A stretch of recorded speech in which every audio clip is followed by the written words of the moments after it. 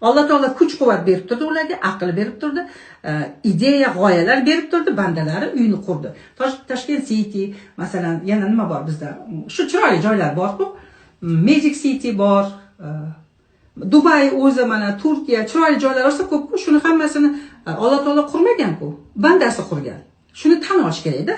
Allohning qudrati bilan. Allohim qudrat berib, kuch berib turadi sizga, qudrat berib qo'ygan, aql berib qo'ygan. Har kuni kechqurun bizga energiya beradi.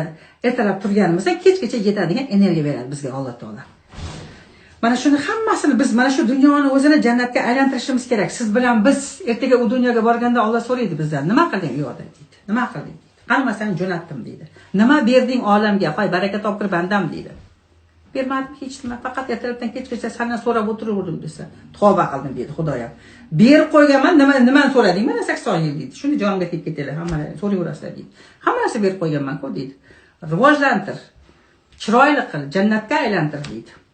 Agar bu dunyoda jannatda yashasangizgina o'rtada o'lim degan most bor. O'sha jannatdan jannatga o'tasiz.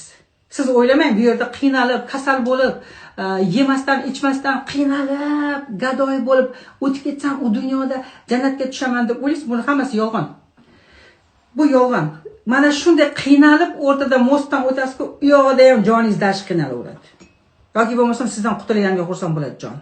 Ketamanman deydi sizga. Shunday charchab ketdim men deydi, surib boradi keyin.